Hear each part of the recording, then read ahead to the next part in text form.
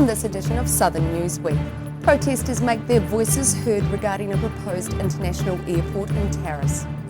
A new ACC hub is set to be built in Dunedin. And a worker at the Dunedin Public Library earns this year's citation for hard work.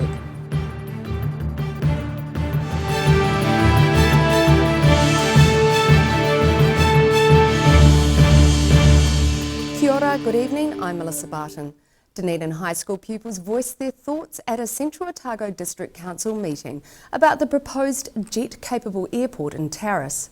One of the pupils describing airport plans as an act of evil.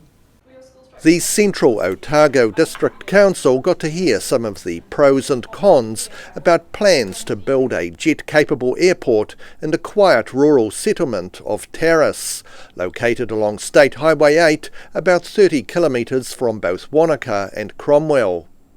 One of the pros is the anticipation that by the time the airport's built, most planes will be either electric or hydrogen powered, and thus much quieter and environmentally friendly.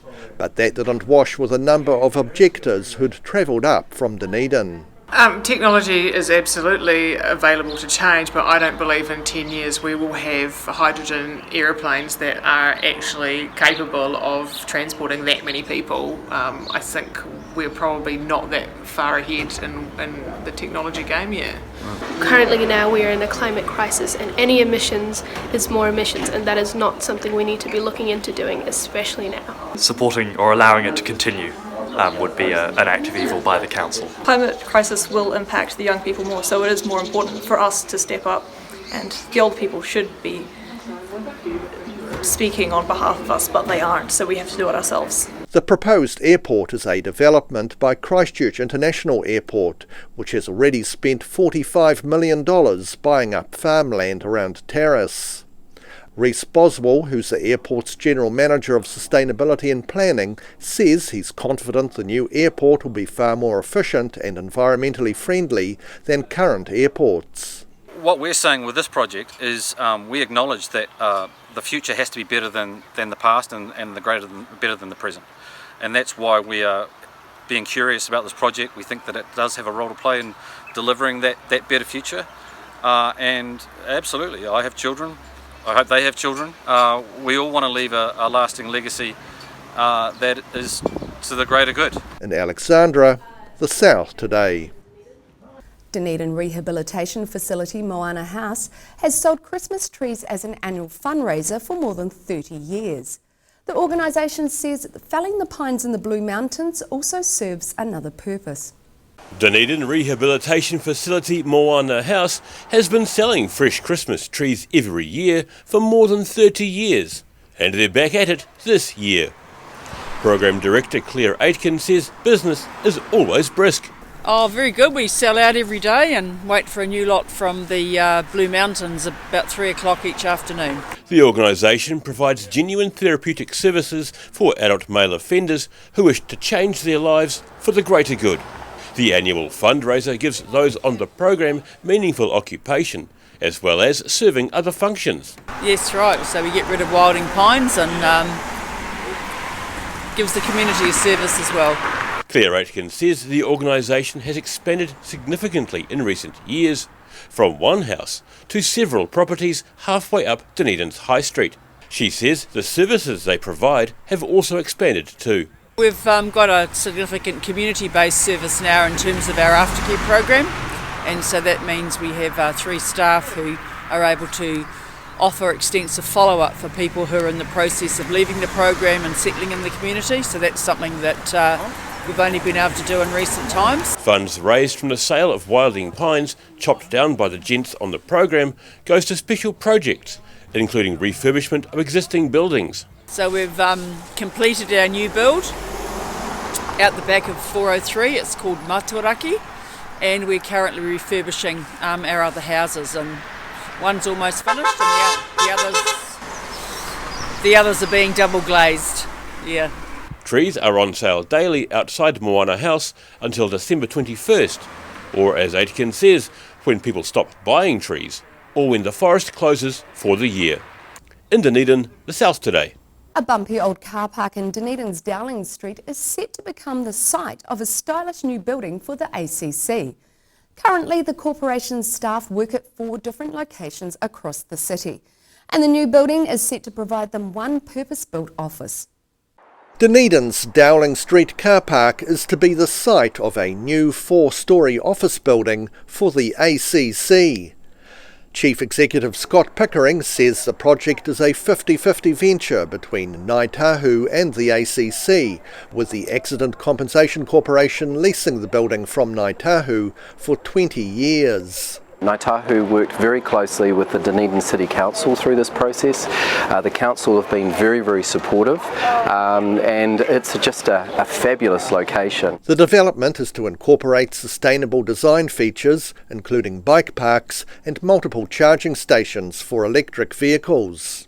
The synergies that we will get from a modern, a purpose-built, environmentally friendly building are going to be huge. Dunedin serves as an essential hub for ACC's national operations, and the new building will be able to house the 650 staff currently working in 4 separate locations across the city. After everything that 2020 has thrown at us, to finish the year with such a good news story and such a positive story for not only our 650 staff here in Dunedin about our future and our commitment to the city, but also importantly that we will create a location that will be extremely beneficial for the community and our customers.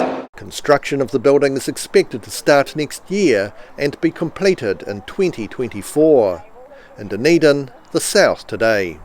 Dunedin man Peter Lim would spend every waking hour digitising historic newspapers for Dunedin public libraries. It's that dedication to duty which earned him this year's citation from the library. Dunedin man Peter Lim is living proof that not all heroes wear capes. He sits in the crowd wearing t-shirt and shorts as Library Services Manager Bernie Hawke thanks staff and volunteers for their contributions over the year. Dunedin City Councillor Marie Laufiso has the job of presenting the top award, the library's annual citation, and says Peter Lim is a very worthy recipient.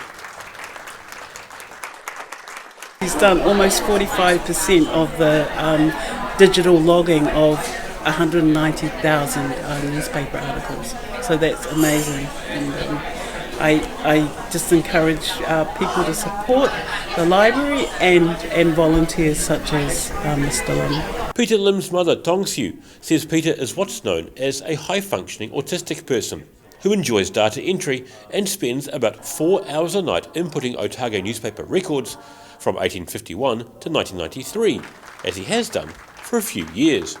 And Peter says he enjoys the work. I'm a volunteer which I help transcribe all the scattered seed newspaper index card for the Dunedin Public Libraries, which I do it during my free time, and I've been doing it for the past over 4 years, and it's been a huge ongoing project. The library has 190,000 information cards, and over the past 4 years, Peter Lim has transcribed more than 87,000 records, around 45% of the total number of entries. It's something he never tires of doing. Every night. Yes. During the day he spends it in the archives and library researching, and at night, after dinner, he does data entry till about 12:30. Yes. Yes. Without fail, even when he's on holiday. Yes. I might add. Dunedin Public Library's citation is handed out annually to people who've gone above and beyond for the organisation. Library Services Manager Bernie Hawke says Peter's contributions help bring the library's historic records into the 21st century. In Dunedin, the South Today. Still to come up after the break on Southern Newsweek. More wheelie bins are set to be given out to Dunedin households, and some young people choose to use skateboards over cars for commuting to work. So see you after the break.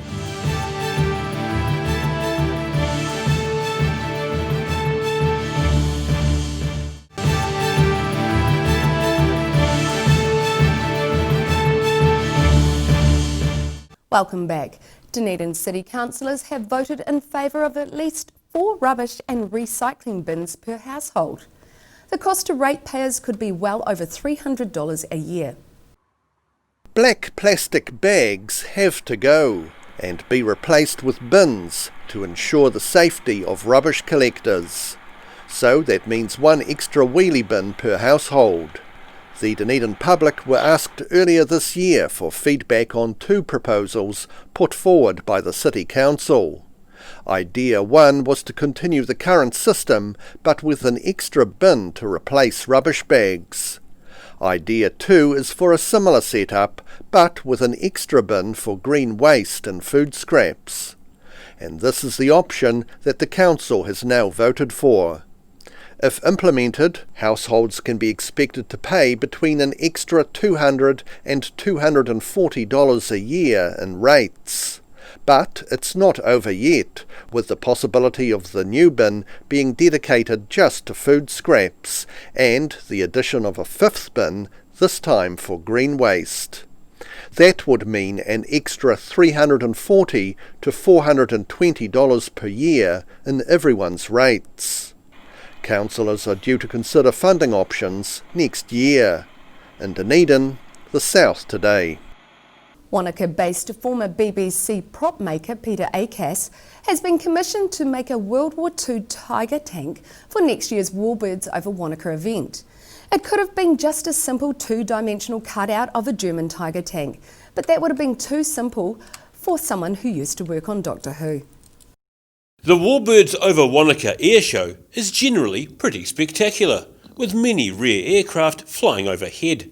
For the next show, General Manager Ed Taylor was looking for something to add to the show's World War II themed pyrotechnic finale. Enter television props master Peter Acas, who was asked to build a tank. I went home, panicked, had a cup of tea and thought, what am I going to do? So then it just hit me like a wave. I knew what I was going to do. So I just ran to my tent, bought a load of wood, load of plywood and some framing, and just got this kit, and then took the instructions out and scaled up the drawing, established how long and wide it was and the length of the barrel and just all the basic things, and just went at it. Acas now lives in Wanaka, but when he lived in England he worked for the BBC making robots for the Doctor Who programme. When he was asked to make a model, he bought a kit, then headed for Wanaka Wastebusters for resources, and even grabbed some parts from his shed. These lights are my own lights. They came from Inverness Airport. They're leading lights and wing bar lights, and when the airport was upgraded, all these lights were thrown in a skip. So I've got half a dozen of them, so I put those on it. The large-scale replica can move under its own power. Well, kind of. There's a quad bike involved, which backs into place under the front of the tank. Even though he worked to scale off a model kit, he says he's never seen a World War II Tiger tank up close and personal. No, there's only one in existence that's in a museum in Bovingdon Tank Museum in England, and it's functioning. And though it took him a while to put together, Peter Acas is pretty philosophical about the fate of his creation. I suppose it's going to be, blown up, set fire to, or strafed. The tank's final moment of explosive glory should come at the next air show during Easter 2022. In Wanaka, the South Today. Southern mayors have been briefing ministers on the latest developments at the Tiwai Point aluminium smelter. One of the topics of conversation was the problem of the toxic dross created by the smelter. Community leaders have been updated by visiting government ministers to find out how negotiations are going between owners of the soon-to-be closed-down Tiwai Point aluminium smelter and the government. Gore District Mayor Tracy Hicks says he's pleased but impatient with how talks with the smelter's owners are progressing. I think there's been some good progress made. We're impatient, I'd have to say, and incredibly impatient, but also understanding that we can't be, as individuals, involved in the negotiation, and we just have to make sure that we facilitate where we can. We've been given some pointers as to where we might be able to be helpful, and we'll continue to do that.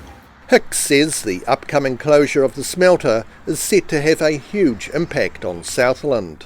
We all realise how important this industry is for our province, and it's not about the the benefit to the owners of the industry or whatever. It's about the benefit to this community, the people of this community, the people that are employed there, the families of the people that are employed there, the businesses that survive on behalf of the work that goes on at TY. He says how to deal with the potentially toxic dross from the smelter stored in Mataura, as well as in other locations, is an unknown that needs to be addressed. To be fair, in the last 50 years, there's been an awful lot of product developed at TY. There's a lot of toxic stuff that comes from that. So getting a good understanding of what that looks like, and nobody knows.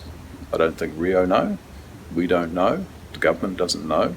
Getting an understanding of what that actually means is quite critical, so that we get to a point where TY does eventually finish, that Southland and Southlanders are not left with a big bill to clean up a site. In Invercargill, the South Today. Strengths and vulnerabilities of teen skateboarders have been revealed in a University of Otago study. And it seems many of those who can drive cars to get about are choosing a more carbon neutral mode of transport.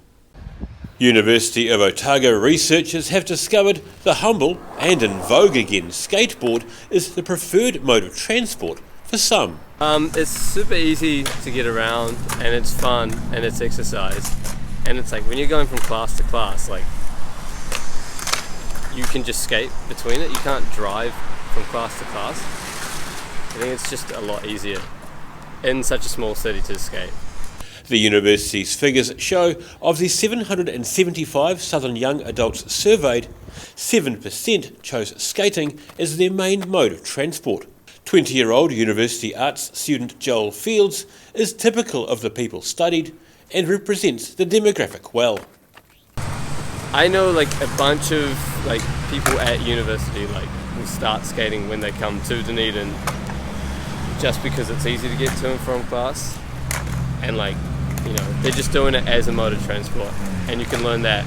You can pick it up in about like 4 months, I'd say. You can get A to B pretty good.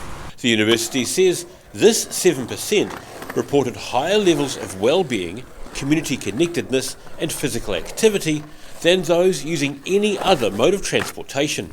Joel Fields says many of his peers are environmentally minded, and riding skateboards as a mode of transport is more carbon friendly than using a motor vehicle. Like a lot of young people are also like environmentally conscious, and skating's a super good alternative for that. Like if you're health conscious and environmentally conscious, like skating's an awesome option for you. His anecdotal evidence correlates with the researchers' findings, as the study, done for Otago's Department of Preventive and Social Medicine, shows more people are choosing to ride skateboards than sit their driver's licence. And as well as the other reasons, it looks like getting air like this could be a bunch of fun.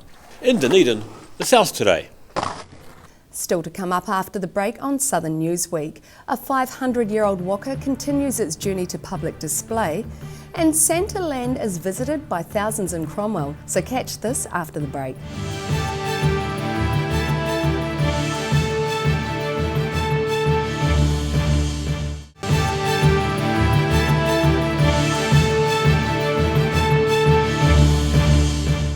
Thanks for staying with us. In the latest leg of a 500-year journey, a historic waka has been raised during an hour of carefully choreographed movements at Otago. The 6.3 metre long waka is the second oldest found in New Zealand and was unearthed in 2014 from Papanui Inlet. 10 strong men, with more guiding the way, took great care moving an ancient hull a few metres to its new home, a custom-designed laboratory in a converted 40-foot shipping container. Te Runanga o Otago chairwoman Rachel Wesley says the remains of the ancient canoe date back to before Pākehā arrived. The waka comes from Papanui Inlet. It was dated to around 450 BP, so roughly mid-15th century. So we dated it using fibres that were found both inside the hull and underneath the waka. So one came back 440, one came back 460, in the middle 450. The hull is expected to dry out, sitting on a cradle shaped from the 3D modelling of its totara hull, in a temperature and humidity controlled environment for about a year. Wesley says the marae plans to feature the artefact with others collected throughout the years. The next phase in our aspirations is to build a purpose-built whare talka or museum that will be able to display the waka in, along with the other artefacts that we've excavated from Papanui over the years and the other talka that have been on the marae for the last 60 odd years. Wesley says the move is another step in the biggest piece of archaeology undertaken on the marae. After the waka was removed from Papanui Inlet, it spent 3 years soaking in a water tank at the marae to remove its salt content, then spent the past 3 years submerged in a polyether compound. Wesley is pleased the recent move went well. Massive relief, so relieved it didn't split down the middle, it was so fragile. Runanga o Otako manager Michelle Tairoa hopes the marae can open its whare talka to coincide with the introduction of New Zealand history in the national school curriculum in 2022. In Dunedin, the South Today. Graves revealed during an archaeological investigation at Drybread Cemetery near Omaka include those of Chinese gold miners and infants. The project is a collaboration between the University of Otago and Southern Archaeology. There's not much evidence left of the bustling little gold rush town of Drybread these days, but an archaeological team are digging trenches to improve their understanding of the short-lived historic settlement.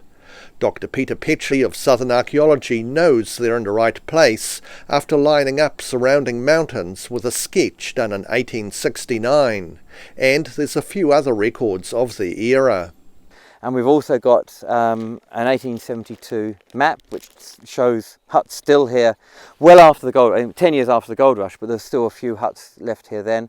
And a photograph which previously is thought to be at Matakanui actually lines up also with the skylines here. So we know that, you know, in the late 1860s, early 1870s, people were living, you know, right here. So we're pretty certain that this is Drybread, this is the township. The investigation has been helped with special photographic techniques to reveal the differences in the ground surface not visible to the naked eye. And we've also got LiDAR images of this area, so we know where the sort of lumps and bumps in the ground, which we also want to test, which is what we're doing here. This trench is actually across a small round or square raised feature. We don't know what it is yet, we're excavating it. Which we're looking at. So we're going to test out all these things as we go. The settlement of Drybread was at the bottom of a shallow valley, which eventually got filled by gold mining sluicing operations, potentially burying the town up to 12 metres deep. The town site, the evidence may actually be quite deeply buried. So we're looking carefully on the surface, but we're also going to dig some hopefully quite deep holes to see how deep these tailings are likely to be, because some of these tailings fans can, you know, be very deep, 30 or 40 feet deep. So we may never find the town. We're looking hard, but we know where it was, but it may be buried. So that's what we're doing at the moment. The archaeologists have also been invited to investigate nearby Drybread Cemetery, with 6 unmarked graves now properly identified. The team also found 10 burials of adults and 2 of infants. 6 of those are probably Chinese, with one of the burials previously exhumed of its bones, probably for repatriation back to China on the SS Ventor, which sank in 1902 outside Hokianga Harbour. In Drybread, the South Today. Lee Stream school pupils teamed up in the annual water fight on the last day of school against the school's 3 teachers recently, and no mercy was shown by either side. However, this year's match was a little more contained, as neither pupils nor staff were allowed to venture out of the pool room. 3 teachers against 32 students may seem unfair, but the teachers of Lee Stream School thought the annual Water Fun Day could have gone either way. Principal Rachel Moores says the teachers were particularly looking forward to dousing their Year 8 pupils. It's the annual water fight, our water fun, should I say. It's been happening every year and the kids really look forward to it. The teachers do as well, so we're all prepared, ready to go. Year 8 pupil Will Nicol is itching to get started and take aim at his teacher of choice, alerting Mrs. Langley to the clear and present danger she's in. Because we get to have fun and it's my last year. Not only the youngsters, but the teachers are looking forward to some well-mannered frivolity after seeing the pupils grow up from 5 years old. Yeah, they seem to really enjoy things that everybody can take part in, because of course we're a full primary with 32 students, and so everybody can take part in this and have a bit of fun. Pupils and staff were armed and dangerous for the all-in fracas, with some choosing different safety gear to others. While 2 of the teachers wore swimming togs, she thinks she'll be well protected poolside in a raincoat. I am prepared, I'm sure at some stage I will be the target for probably just about every student, but no, it's a lot of fun and we're really looking forward to it. Moores says it would be fair to say this year's battle was a draw, although she wouldn't quite say it was a game of 2 halves. In Dunedin, the South Today. Mr. and Mrs. Claus visited Santaland in Cromwell and about 2,600 people turned out to see them. The event has been a Christmas fixture in the township for nearly 30 years and appeared at the Cromwell Presbyterian Church last week. There's simply no ducking away from it for either the public or Santa this holiday season. The jolly large guy in the red suit is practically everywhere these days, including charming parents and children in Cromwell. Santaland has grown to this size over the last 11 years in this venue, but there's been a grotto of sorts here for nearly 30 years. Whether it was outside riding the Lions train on a glorious Central Otago day, or inside with snowy trees and flashing lights, the spirit of the season was evident to see. Bailey says the committee behind this annual event proves there's no I in team. 6 of us involved in setting it up, and then the Cromwell Toy Library, help us in setting it up. It takes quite a number of hours. It's like a week process to set it up. This year's theme was Santa's favourite movies, including Harry Potter, Finding Nemo and more for children to choose from. Bailey says the events around Santaland aren't money-making ventures and are more about entertaining families. All money goes back into it. We pay the toy library for all the volunteers because they help set it up, run it and pack it up. And then we pay our costs and then the rest just goes all back into next year. This year, Santaland was run in the Cromwell Presbyterian Church Hall between December the 10th and 13th. In Cromwell, the South Today. And that wraps up this edition of Southern Newsweek. For the latest news from across the South, head to odt.co.nz and follow Channel 39 on Facebook and YouTube. Ka kite anō.